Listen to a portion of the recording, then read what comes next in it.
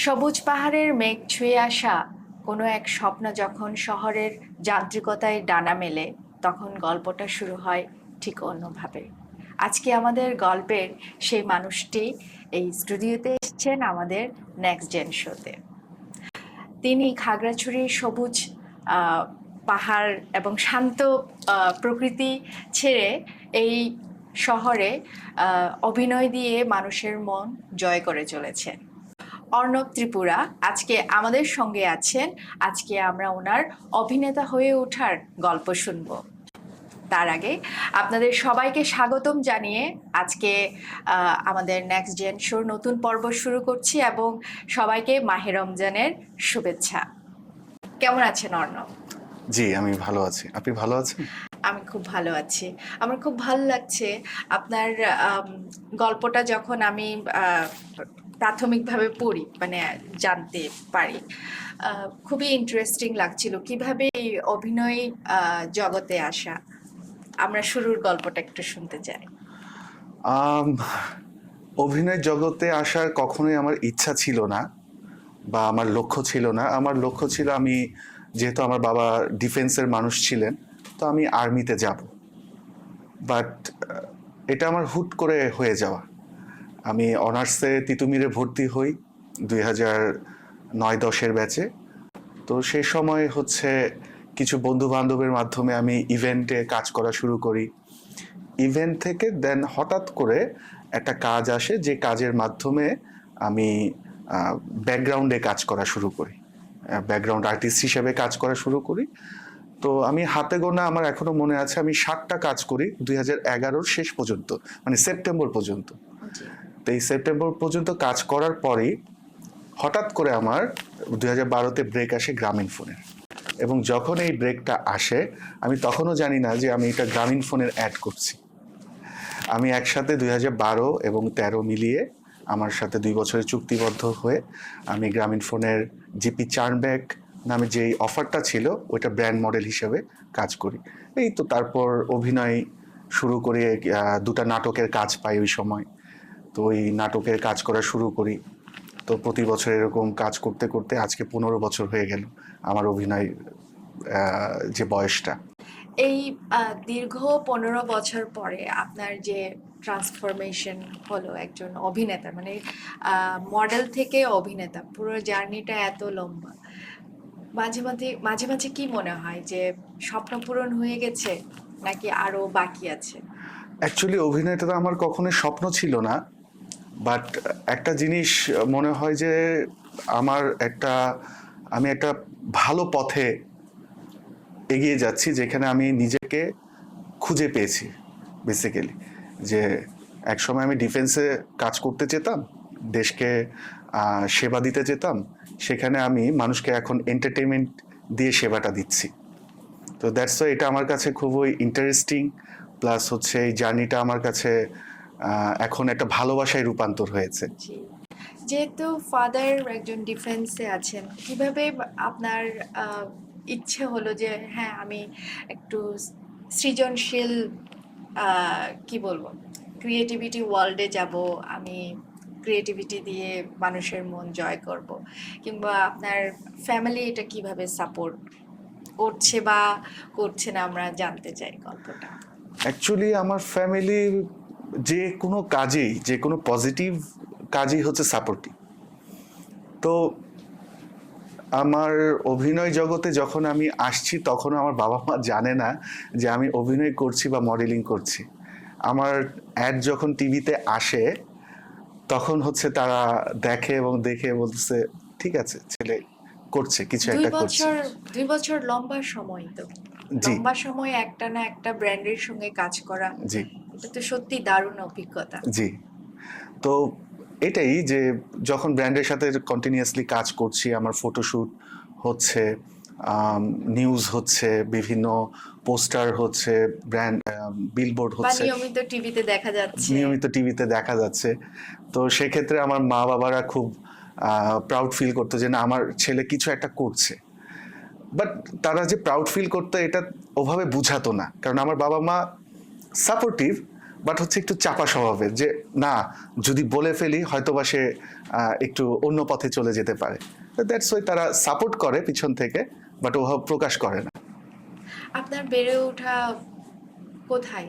মানে খাগড়াছড়ি তো আপনার আসল বাড়ি, তবে আপনি কোথায় কোথায় আপনার স্কুলিং হয়েছিল এবং কিভাবে আপনি গ্রুমিং করলেন নিজেকে?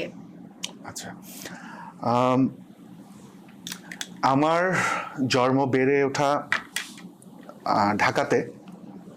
আমার বাবা যেহেতু নেভিতে ছিলেন, সেই সুবাদে মিরপুর 14 নেভি কলোনি একটা আছে, যেই নেভি কলোনিতে আমার জন্ম, ওটা আমার জন্মস্থান, আমার ওখানে বেড়ে ওঠা।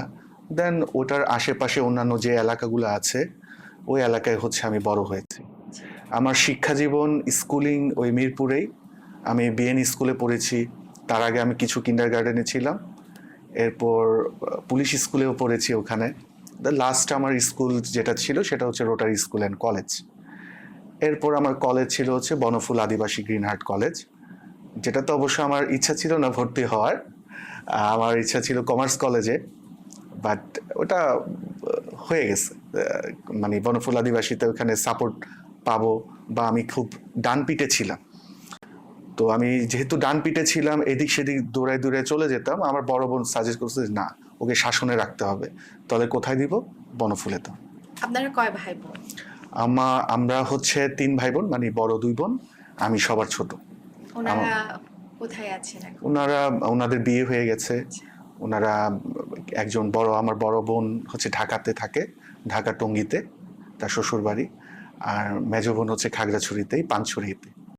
আমরা আপনার গল্পটা যখন শুনি বা হচ্ছে যে টিভি নিউজ বা এভাবে আমরা যখন আপনার গল্পগুলো সংগ্রহ করি, তখন আমরা ভেবেছিলাম আপনি খাগড়াছড়ি থেকেই, এবং আপনার খাগড়াছড়ি থেকেই বেড়ে ওঠা এবং ঢাকায় আসছেন অভিনয় করার জন্য, কিন্তু আমরা এটা জানতাম না যে আপনার মূল হচ্ছে যে ভিত্তি ঢাকা।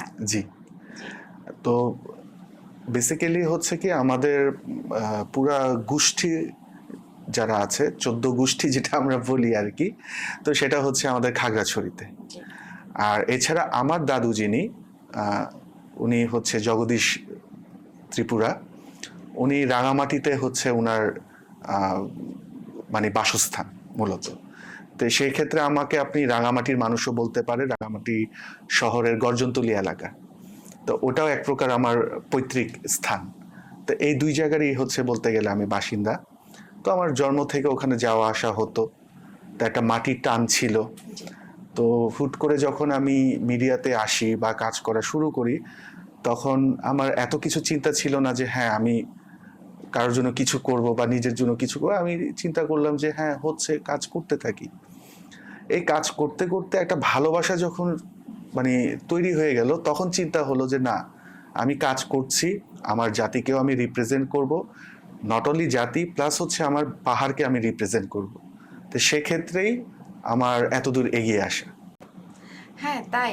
এইজন্য আপনাকে যখন দেখছিলাম পোস্টারে কিংবা আপনার কাজগুলো যখন আমরা দেখছিলাম, আমাদের একটাই প্রশ্ন ছিল, উনি কোথাকার? খাগড়াছড়ি নাকি রাঙামাটি নাকি বান্দরবানের? সত্যি চমৎকার কাজ করছেন আপনি। ধন্যবাদ। আর হচ্ছে যখন আপনি ছোট ছিলেন, কখনো কি জানতেন আপনি যে আজকে অভিনয় করবেন বা অভিনেতা হবেন? না, এটা কখনো জানতাম না। বাট একটা জিনিস হচ্ছে আমি ফ্যামিলিগতভাবে দেখেছি, যেমন আমার বাবা গান গাইতে পারে, প্লাস উনি গান লিখতেন একটা সময়। এবং আমাদের 3 বাহিনীর মিলে হচ্ছে অনির্বাণ নামে একটা শো হতো আচ্ছা। বিটিভিতে। তো ওই সময় আমি বাবাকে ওখানে গান করতে দেখেছি, আমার মাকেও দেখেছি। আমার মা এবং বাবা এই তাদের প্রফেশনাল জগতে আসার আগেও তারা নাচতো, তারা মঞ্চ নাটক করত। এবং যখন দেশ স্বাধীন হয় ওই সময় তারা আপনার রেসকোর্স ময়দানে এসে ওনারা পারফর্ম করেছিল একটা সময়। তো এবং শুধু তাদেরকে না, আমি যখন আমার রাঙামাটিতে যাই, আমার একজন দাদু ছিলেন, ওনার নাম হচ্ছে সুরেন্দ্রলাল ত্রিপুরা। তো উনি সংস্কৃতি জগতের একজন মানুষ, এবং উনার মাধ্যমে অ্যাকচুয়ালি জানতে পারি যে হ্যাঁ আমাদের এখানকার মানুষ মানে আমাদের রাঙামাটি বা খাগড়াছড়ির মানুষ কতটুকু সংস্কৃতি প্রিয় এবং সংস্কৃতির জায়গা থেকে কতটুকু রিচ। তো সেক্ষেত্রে বলতে গেলে আমি ডিএনএগতভাবে ওখান থেকেই আমার এটা আসা। আর অভিনয় জিনিসটা হচ্ছে আমি কখনো অভিনয় শিখিনি, এটা আমাকে ইভেন আমি যখন মডেলিং করতে যাই, টিভি সিরিজ করতে যাই, আমি তখনও বলেছি যে আমি অভিনয়ের পারি না। আমাকে তখন আমার এখনো মনে আছে বিপুল ভাই, আশফাকুজ্জামান বিপুল ভাই, হাফ স্টপ ডাউন হচ্ছে এটার প্রোডাকশন হাউস, এবং অমিতাভ রেজা চৌধুরী উনি হচ্ছে এটার ডিরেক্টর ছিলেন। তো ওনার যে চিফ এডি আশফাকুজ্জামান বিপুল ভাই, উনি আমাকে কনফিডেন্ট দিলেন যে আরে তুই পারবি, জাস্ট চোখ বন্ধ করে চিন্তা কর যে এই চরিত্রটা তুই গল্পটা পড়বি আর চরিত্রটা তোকে নিজেকে অনুভব করবি এবং ওইটাই তুই ডেলিভার করবি, তো ক্যামেরা চিন্তা করার দরকার নেই, তুই ডেলিভার কর। ওই কনফিডেন্টটা মানে আমার এত কাজে লাগে যে আমি ক্যামেরার সামনে দাঁড়িয়ে আমার কখনো মানে অনেকে আছে না হাত হাত পা কাঁপে প্রথম অবস্থায়, ইভেন আমিও নার্ভাস হয়ে গেছিলাম ফার্স্ট টাইম যখন আমি ক্যামেরার সামনে দাঁড়িয়ে উপস্থাপনা শুরু করলাম। জি আমিও নার্ভাস হয়েছিলাম, বাট আমার ওইটা হয়নি, ওই নার্ভাসনেসটা আমার আসেনি। আমি হচ্ছে একটা রঙিন জগতের মধ্যে ছিলাম, আমার মনে হচ্ছে আমি কোথায় আসছি, এত লাইট, এই ক্যামেরাটা কিসের জন্য বা এগুলো, হ্যাঁ ভালো লাগছিল। আর আপনার মনে হচ্ছিল যে আপনি নিজের মানে ফেভারিট কোনো প্লেস আপনি খুঁজে পেলেন, যে যেখানে থাকতে চান সব সময়। রাইট, যে এই জায়গাটাই হচ্ছে আমার জন্য, তখন আমি এটা অনুভব করি।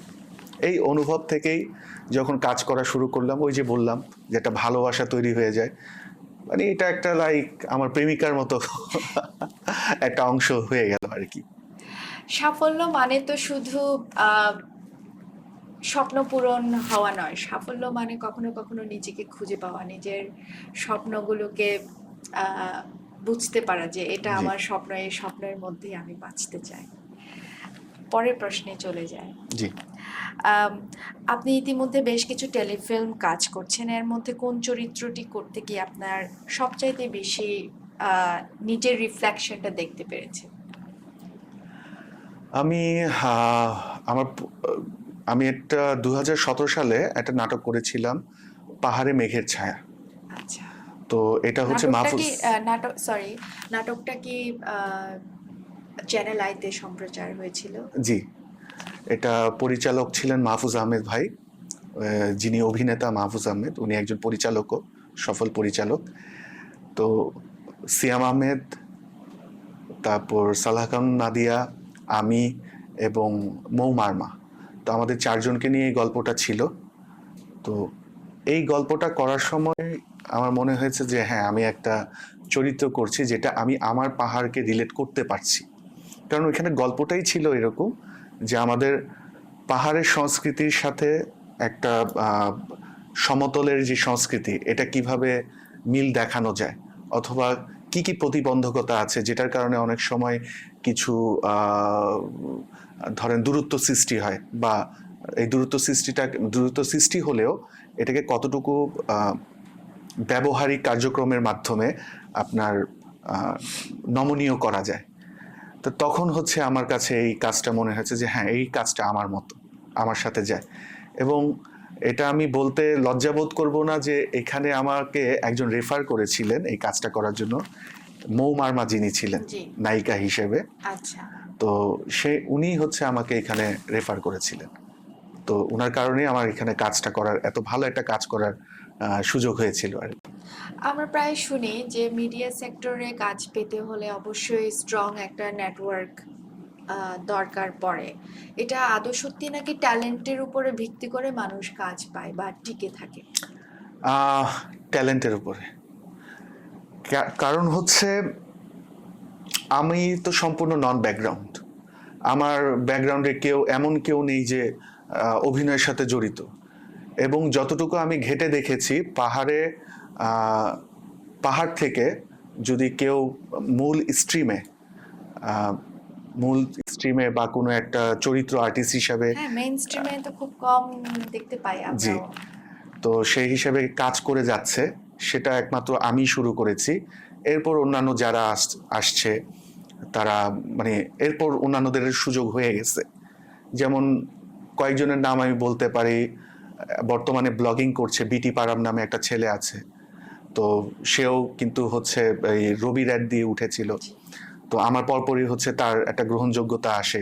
শুধু তার না, মানে অন্যান্য পাহাড়ি জনগোষ্ঠী যারা আছে তাদের একটা কিন্তু গ্রহণযোগ্যতা আসে। আপনার তো অনেক লম্বা জার্নি, মানে 15 বছর তো এক যুগেরও বেশি। জি। আপনার অভিজ্ঞতা তো অন্য গল্প বলছে।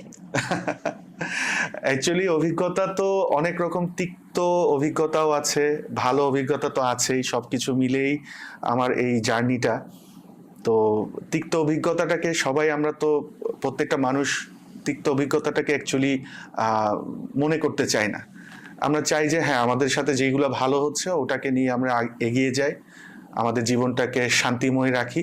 তো আমি ওভাবে এগিয়ে যাচ্ছি আর কি।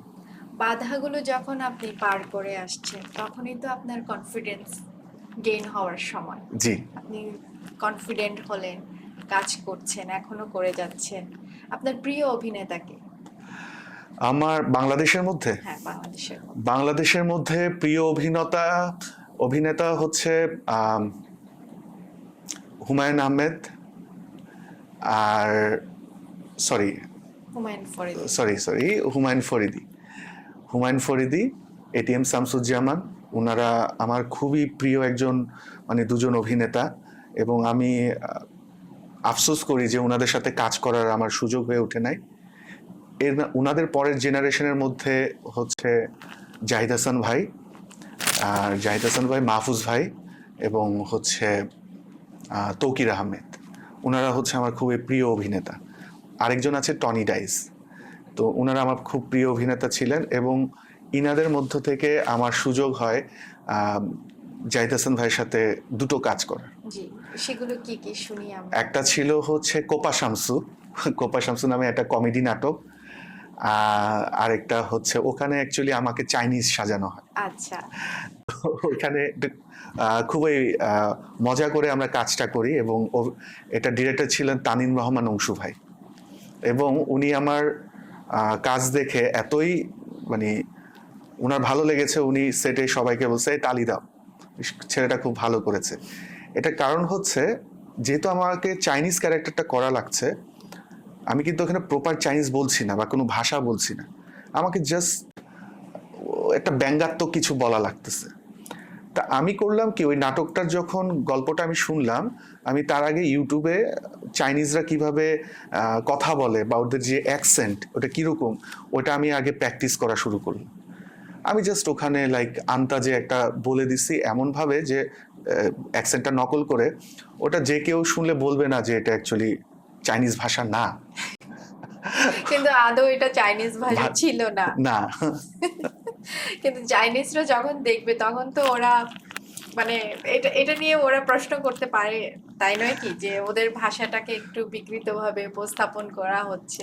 না, সেটা অবশ্যই তারা ওটা করবে, বাট এটা অ্যাকচুয়ালি নাটকটা আমাদের দেশের জন্যই যেহেতু বানানো হয়েছে, সেটা অবশ্য চাইনিজদের কাছে পৌঁছানোর কথা না। সেই জায়গা থেকে আমি বেঁচে গেছি। চায়নায় তো প্রচুর বাংলাদেশিরাও থাকে। হ্যাঁ, এটা বর্তমান সময় গত লাইক 15-20 বছরে এটা হয়েছে। জি। পরের যে গল্পটা, যে জাহিদ হাসানের সঙ্গে আপনি আরেকটা কাজ করলেন, সেই নাটকের সম্পর্কে জানতে চাই। সেটা অ্যাকচুয়ালি নাটক ছিল না, সেটা একটা মুভি ছিল। আচ্ছা, তাই? হ্যাঁ, এটা মোস্তফা সরোয়ার ফারুকী ভাইয়ের 2018 সালে আমি এই আপনার শনিবার বিকেল যে মুভিটা ছিল, ওই মুভিতে আমি কাজ করি। আমার ক্যারেক্টার ছিল জাপানিজ, যেখানে এটা ছিল হলি আর্টিজানের উপর কেন্দ্র করে, আচ্ছা। বাট এটা সম্পূর্ণ হলি আর্টিজানটাকে যে উপস্থাপন করা হয়েছে বিষয়টা এমন না, জাস্ট গল্পটাকে নেওয়া হয়েছে। জাপানিজের চরিত্র এই জায়গায় মানে কিভাবে? ফরেনার, ওখানে ফরেনার যারা আচ্ছা। ছিলেন, তো ওখানে ওই ফরেনার গুলাকে দেখানোর জন্য আর কি। আচ্ছা। তো সেই হিসেবে আমাকে ওখানে নেওয়া হয়েছিল। খুব ইন্টারেস্টিং। হ্যাঁ, তো দুর্ভাগ্যবশত মুভিটা বাংলাদেশে রিলিজ পায়নি। এটা সনি লিভে, ইন্ডিয়ার সনি লিভে রিলিজ পেয়েছিল। এখন মনে হয় সনি লিভেও নেই, কোনো একটা রাজনৈতিক জটিলতার কারণে। আচ্ছা, যখন আপনি সেই মুভিতে অভিনয় করছিলেন, মানে হলি আর্টিস্ট, কি বললেন? হলি আর্টিসান। হ্যাঁ, হলি আর্টিস্টের ওই ঘটনাটা নিয়ে আপনি একজন ফরেনার হিসেবে ছিলেন। এরকম কখনো কি স্টোরি বানানো হয় না যে আপনাকে ফরেনার ছাড়াও বাংলাদেশেও তো অনেক আমাদের জাতিগোষ্ঠী হ্যাঁ আছে, ওনাদের নিয়েও একটা স্টোরি বানানো যায়? হ্যাঁ, এটা তো শুরু থেকে হয়েছিল। আমি যখন 2012-13-তে গ্রামীণ ফোনের জন্য চুক্তিবদ্ধ হই, তখন আমার একটা পপুলারিটি আসে এবং রাস্তাঘাটে ওখানে কিছু এমন থিমের অ্যাডগুলো বানানো হয়, আমি রাস্তায় বের হলে ওই যে সুলেখা ভাবি যাচ্ছে, কারণ ওখানে আমাকে একটা যাত্রাপালার একটা থিম ছিল যেখানে আমাকে মেয়ে সাজিয়ে দেওয়া হয়। তা আমাকে দেখলে বলো যে ওই যে সুলেখা ভাবি যাচ্ছে গ্রামীণ ফোনে। এরপর লাস্ট অ্যাডে হচ্ছে যখন বের হয় তখন ওটা গডজিলা একটা মুভির উপর থিমে ছিল, তো তখন আমি একটু স্বাস্থ্য হয়ে যায়, এমনিতে লম্বা চওড়া মানুষ, রাস্তা দিয়ে হেঁটে যাওয়ার পর আর এই গডজিলা যাচ্ছে। তো এই পপুলারিটির কারণে আমি দুটা নাটকের কাজের সুযোগ পাই, যেটা হচ্ছে পাহাড়ের ছায়া পাতাদের গান, প্রথম নাটক, এটা রায়হান জুয়েল ভাইয়ের, জি। এবং উনারও এটা প্রথম নাটক ছিল ওই সময়, এটা এনটিভির জন্য। তো ওখানে আমি আহসান জিতু, জিতু আহসান ভাই এবং হচ্ছে শিমু আপু, সুমাইয়া শিমু আপু, ওনারা প্রধান চরিত্রে ছিলেন এবং আমি হচ্ছে ওনাদের জিতু ভাইয়ের হচ্ছে বন্ধু ক্যারেক্টারে ছিলাম। তো ওই কাজটাতে কিন্তু আমাকে ওই আপনার সমতলের যে আদিবাসী কোচ জনগোষ্ঠী যারা হচ্ছে মধুপুরের দিকে থাকে, তো তাদের প্রতিনিধি হিসেবে আমাকে দেখানো হয় যে হ্যাঁ ওইখান থেকে, ওই গ্রাম থেকে একটা ছেলে আসে শহরে পড়তে এসে, জিতু আহসান যিনি ক্যারেক্টারটা ছিলেন, তো ওনার সাথে হচ্ছে বন্ধুত্ব হয় এবং ওনাকে নিয়ে পাহাড়ে যায়, ওনাদের গ্রামটা মানে আমাদের গ্রামটা আমি দেখানোর জন্য পাহাড়ে নিয়ে যায়। তো আমাকে ওভাবে শুরু থেকে ওভাবে দেখানো হয়েছে। আমি যদি ভুল না করি আপনার একটা পোস্টারে দেখেছিলাম যে আপনি আপনার চরিত্র মানে একজন বাঙালি বৃদ্ধ চরিত্রে আপনি অভিনয় করেছেন। হ্যাঁ, জি। অ্যাকচুয়ালি ওটা বাঙালি বৃদ্ধ চরিত্র না, ওটা হচ্ছে পাহাড়েরই একজন জনগোষ্ঠীর চরিত্র হিসেবে করছে। এটা হচ্ছে ব্র্যাকের একটা টিভিসি ছিল, আচ্ছা। ব্র্যাকের টিভিসি ছিল, এটা 2022, এটা 23 কি না সরি 24-এর দিকে সম্ভবত, 24-এর দিকে, হ্যাঁ 24-এর দিকে এটা শুটিংটা হয়েছিল। তো ওখানে ছিল যে আমি একজন বয়স্ক দোকানদার, তা আমার কাছে একটা মেয়ে আসে যে ব্র্যাক ব্যাংকের, সে আমার কাছে একটা মানে অফার নিয়ে আসে আর কি, যে আপনি এভাবে এভাবে ব্র্যাক ব্যাংকের সাথে যুক্ত হলে আপনার অনেক রকম সুবিধা পাবেন। তো ওটাই নিয়ে একটা ছিল আর কি। আমার এটা খুবই ব্যক্তিগতভাবে একটা প্রশ্ন আসছে মনে, যে একজন অভিনেতা হওয়ার আগে সে একজন মানুষ। তো মানুষের সবার আগে তো মানুষের পরিচয় ওইটাই, জি। মানুষের। এবং লুক দিয়ে কেন ওনাকে মানে আলাদা করা হয়, লুকের উপর ডিপেন্ড করে কেন চরিত্র দেওয়া হয়, মানে মেকআপ আর্টিস্ট থাকে। এখন একটা চরিত্রেও আমি আমি যদি ডিরেক্টর হয় তাহলে আমি অবশ্যই এই চরিত্রের জন্য আমি এই অভিনেতাকে, অভিনয় শিল্পীকেই আমি চাই, এবং সেটার লুক ক্রিয়েট করার দায়িত্ব হচ্ছে মেকআপ আর্টিস্টদের। এটা এখনো কেন তৈরি হচ্ছে না বাংলাদেশে? না, এটা তৈরি হয়ে আছে। যদি এটা তৈরি না হয় তাহলে তো হচ্ছে যে যারা পাহাড় থেকে উঠে আসা ছেলে মেয়েদের কাজ পেতে কষ্ট হবে। না, বিষয়টা এমন না। বিষয়টা হচ্ছে কি দেখেন, একটা কমিউনিটিকে যদি আপনাকে দেখাতে হয় তাহলে ওই কমিউনিটি বেসডই কিন্তু আপনাকে ক্যারেক্টারটা লাগবে। আর বাংলাদেশের যেমন বাঙালি জনগোষ্ঠী হচ্ছে আপনার একটা কমন কমিউনিটি, তো গল্পটা যদি ওরকম হয় তাহলে ওখানে কিন্তু ওই বাঙালি জনগোষ্ঠীকেই দেখাবে। যেমন আমি আমার প্রথম নাটকের কথা বললাম, তারপর হচ্ছে আমার 2017 সালে মাহফুজ আহমেদ ভাইয়ের যে টেলিফিল্মের কথা বললাম, পাহাড়ে মেঘের ছায়া, তো ওখানে কিন্তু আমাকে পাহাড়ের কমিউনিটির একজন মানুষ হিসেবে দেখানো হয়েছে। হ্যাঁ, তো ওখানে আমাকে মেকআপ কিন্তু প্রয়োজন হয়নি। এখন যদি একটা বাঙালি চেহারার মানুষকে বলা হয় যে সে চাকমা, তাহলে কিন্তু এটা মানুষ মানতে পারবে না, বুঝবে না, বা এটা যারা জানে তারা কিন্তু এটা মানতে পারবে না, কারণ চেহারার সাথে কোনো মিল নাই, না সংস্কৃতি না ভাষাগত দিক দিয়ে, এবং সে কিন্তু ভাষাটাও ওভাবে ঠিকমতো বলতে পারবে না যদি না সে ওখানে বড় হয়ে থাকে, সেটা চাকমা হোক মারমা হোক। আমার মনে হয় এটা রিপ্রেজেন্টেশনের উপরে, কারণ সরি আপনার কথার মধ্যে আমি ইন্টারাপ্ট করলাম।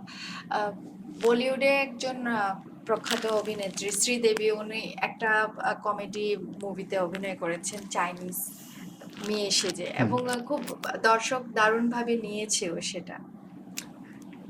ঘটনাটা মানে বিষয়টা সেখানেই যে উনাকে কিন্তু সাজানো হয়েছে এবং উনার চেহারার সাথে সেটা মানিয়ে গেছে। এখন চেহারা এমন একটা বিষয় যে সবার ক্ষেত্রে কিন্তু সবকিছু মানাবে না। তো যে চেহারার সাথে ওটা মানিয়েছে সেই চেহারাটাকেই কিন্তু মেকআপ আর্টিস্ট সুন্দর করে ওটাকে উপস্থাপন করেছে। এবং শুধু এখানে মেকআপ আর্টিস্টের লাইক কথা বললেই হবে না, কারণ হচ্ছে যিনি আর্টিস্ট উনিও কিন্তু এটাকে উপস্থাপন করেছে, এটা উনি ধারণ করেছে যে হ্যাঁ আমাকে চাইনিজ সাজিয়েছে, আমাকে চাইনিজ সাজতেই হবে। তো উনি ওভাবে ওটা প্রকাশ করতে দেখে ওটা দেখে অনেকেই বিলিভ করছে যে হ্যাঁ সে তো চাইনিজ। তো সেম জিনিসটা হচ্ছে আপনি বাঙালি চেহারারও অনেকে আছে যাকে হচ্ছে আপনি সাজালে, মেকআপ করে সাজালে সে যদি উপস্থাপন করতে পারে প্রপারভাবে সেটা কিন্তু ওটা মানানসই হবে। যদি উপস্থাপন না করতে পারে তাহলে কিন্তু মানানসই হবে না। জি। বর্তমানে কি কাজে আপনি ব্যস্ত? বর্তমানে হচ্ছে আমি একটা নাটক করেছি, সেটা ইউটিউবের জন্য, অর্কিড ফিল্মসের। আচ্ছা, আহ, নাটকের নামটা? নাটকের নামটা হচ্ছে মুসাফির। ওখানে হচ্ছে আমি রওনক হাসান ভাই, উনি একজন রাজনীতিবিদ এবং ওনার সাগরেদ হিসাবে আমি হচ্ছে কাজ করি। এবং আমি মানে আমার চরিত্রটা একটু কমেডিয়ান টাইপের বা আমি একটু ভীতু টাইপের, আমি লাইক বোকা বোকা কথা বলি। তো এটা হচ্ছে আমার ওইখানে চরিত্র। তা এরপর হচ্ছে আমি ক্যাকটাস নামে একটা ওয়েব সিরিজ করছি, চোরকিরি। জি। এটা শিহাব শাহিন ভাইয়ের। তো আমার চরিত্রটা একটু গুপ্ত আছে, কারণ এটা আমি এখন বলতে পারছি না আচ্ছা। রিলিজ না হওয়া পর্যন্ত। তো এটা কাজটা করলাম, এই যে আমার চরিত্রের যেই সিনগুলো ছিল এটা কিছুদিন আগেই শেষ হয়েছে, এখন শুধু ডাবিং বাকি। আর সামনে হচ্ছে আমার কিছু অ্যাডের কাজ আছে, সামনে সামনে মাসেই 5-6 তারিখে একটা অ্যাডের কাজের কথা চলছে। আর এছাড়া আরও 2টা অ্যাডের কাজের কথা আমার জাস্ট চলছে, একটা এখন মানে ডেটা এখনো ফিক্সড হয়নি। আপনি অভিনয়ের পাশাপাশি এখনো মডেলিং করে চলছেন? জি, জি। ভিজুয়াল মডেলিং যেটা। মডেলিং কি আপনার তাহলে ফেভারিট অর অ্যাক্টিং? অ্যাকচুয়ালি আমি না র্যাম্প মডেল হিসেবে কাজ করতে চেয়েছিলাম, বাট আমার মানে আমি ভিজুয়ালে চলে আসি। এবং আমার এখনো মনে আছে আমরা 2 বন্ধু ছিলাম, রাজমেনিয়া যে বাংলাদেশের বর্তমান টপ মডেলদের মধ্যে একজন। জি। তো রাজমিনী এবং আমি দুজনেই হচ্ছে আমরা ব্যাকগ্রাউন্ডে কাজ করতাম। আচ্ছা। তো কাজ করতে করতে 2011-তে সেপ্টেম্বরে বাংলা লিঙ্ক ডে 7-এর একটাতে আমরা ব্যাকগ্রাউন্ড আর্টিস্ট হিসেবে কাজ করি। আচ্ছা। এবং ওটা যখন বের হয় আমরা আমাদের কম্পিউটারে পজ করে করে আমার মাকে দেখাচ্ছিলাম যে মা এখানে রাজা রানী। সেম ভাবে কাকতালীয়ভাবে ও ওর মাকে ওর বাসায় দেখাচ্ছিল এবং আমিও ওইখানে ছিলাম, মা এই যে অর্ণবারাম। 2 মাই প্রায় একই ধরনের কথা বলছে যে তোরা সামনে থাকলে না ভালো হতো। এবং আমরা বাসা থেকে বের হয়ে দুজনকে বলি কি করা যায়। এই কি করা যায় থেকে আমরা 2011-র ডিসেম্বরের 1 তারিখ থেকে একদম 31 তারিখ পর্যন্ত, ওই সময় এমন কোনো প্রোডাকশন হাউস ছিল না যেখানে আমরা অডিশন দিইনি। আচ্ছা। এই অডিশনের ফলাফল হচ্ছে আমার গ্রামীণফোন। ও চমৎকার। কিন্তু আপনার আর র্যাম্পে হাঁটা হলো না। হ্যাঁ, র্যাম্পে আমার হাঁটা হলো না, এটা হয়েছে একবার, জীবনে একবার হয়েছে। তো এটা একটা থিম বেসড র্যাম্প ছিল, যেটা হচ্ছে আপনার ট্রাভেল ট্যুরস অ্যান্ড ট্রাভেলসের উপর ভিত্তি করে আসাদ খান, যিনি স্টাইলিশ ছিলেন এবং কোরিওগ্রাফার, ওনার মাধ্যমে আমি করেছিলাম যে আমি একজন থাইল্যান্ডি জনগণ। তো ওই হিসাবে হচ্ছে আমি র্যাম্পে হেঁটেছি। আশা করছি আমরা সামনে আপনার কোনো গ্র্যান্ড কোনো ফ্যাশন শোতে আপনাকে দেখতে পাবো। জি। কারণ অনেক অভিনেতাও তো র্যাম্পে হাঁটে। জি জি জি। আমরা র্যাপিড ফায়ারে চলে যাব। জি জি। পাহাড় নাকি সমুদ্র? অ্যাকচুয়ালি পাহাড় সমুদ্র দুইটাই আমার পছন্দ, মানে প্রাকৃতিক যে কোনো জিনিসই আমার পছন্দ। এখন সেক্ষেত্রে আমি অ্যাকচুয়ালি চুজ করতে পারবো না। বেশ। শুটিং স্পট নাকি নিজের বাড়ি? Shooting spot. কমেডি নাকি সিরিয়াস ড্রামা? Serious drama. কিন্তু আপনি আপনার সাথে কথা বলে মনে হলো আপনি কমেডি ক্যারেক্টারই বেশি এনজয় করেন। কমেডি ক্যারেক্টারে আমি এনজয় করি ঠিকই, কারণ সিরিয়াস ড্রামাটা যেহেতু এখনো আমার ওভাবে করা হয়নি, তো ওটার প্রতি আমার একটা আলাদা দুর্বলতা আছে এবং আমি খুব শীঘ্রই আমি আমার বডিটাকে ট্রান্সফর্ম করব জি। ভিলেন ক্যারেক্টার হিসেবে কাজ করার জন্য, কারণ আমার ভিলেন ক্যারেক্টারটা খুব পছন্দের। ইন্টারেস্টিং। জি। অনেক সবাই তো নায়ক হতে চায় কিংবা মেইন ক্যারেক্টার আর পজিটিভ ক্যারেক্টারগুলো করতে চায়। আমি প্রথম দেখলাম যে আপনি ভিলেন ক্যারেক্টার পছন্দ করেন। না, নায়ক হিসেবে যদি কাজ করার মতো কোনো ডিরেক্টর আমাকে গল্পে অ্যাপ্রোচ করে, অবশ্যই কেন করব না। বেশ। খাগড়াছড়ি সবচেয়ে মিস করেন কোন খাবারটি? খাগড়াছড়ি বলতে কি, আমাদের 3 পার্বত্য জেলার একটা কমন খাবার আছে যেটাকে গোদক বলে, মুরগি দিয়ে বানায়, মুরগি দিয়েও বানায়, আবার হচ্ছে এটাকে বাঁশের ভিতরে দিয়েও বানায়, আবার হচ্ছে এই গোদকটা হচ্ছে আপনার সবজিরও হয়, আবার শুটকিরও হয়, যেটাকে আবার অনেকে লাকসু হিসাবেও বলে। তো এটাকে আমি খুব মিস করি এবং সবচেয়ে বেশি আমার মায়ের চিকেন, মানে উনি যে চিকেনটা যেভাবে করে, যে গোদকটা করে, চিকেনের গোদকটা, এটাকে আমি খুব মিস করি এবং এটা আমি বললেই আমার মুখে এক প্রকার জল চলে আসে। আমারও জল চলে এসেছে সত্যি কথা বলতে কি। আম, আচ্ছা, আপনার এই যে মফস্বল শহর থেকে যারা উঠে আসে এবং সবাই আপনার মতন যারা অত সুযোগ সুবিধা পায় না, কিন্তু ওরাও স্বপ্ন দেখে আহ, অভিনেতা হওয়ার, মডেলিং করার বা র্যাম্পে হাঁটার, ওরা কিভাবে এই অবস্টিকলস গুলো অতিক্রম করতে পারবে এবং ওদের কোন জিনিসটা দরকার সব থেকে বেশি? ওদের সব থেকে বেশি দরকার হচ্ছে নিজেকে চেনা। প্রত্যেকটা মানুষের প্রত্যেকটা কর্মসংস্থান অনুযায়ী নিজেকে চেনাটা খুবই জরুরি, যে হ্যাঁ আমি এই কাজটার জন্য যোগ্য কিনা বা পারবো কিনা, অথবা এটা করার জন্য আমার সে কনফিডেন্সটা আছে কিনা।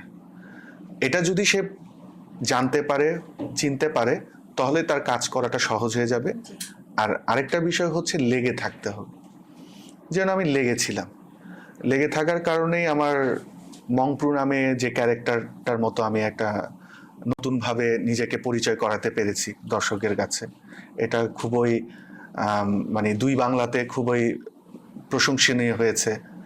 তারপর তো এখন ক্যাকটাসে আরেকটা ক্যারেক্টার নিয়ে আসছি, সেটাও মানে আশা করছি দর্শকরা খুব ভালোবাসবে।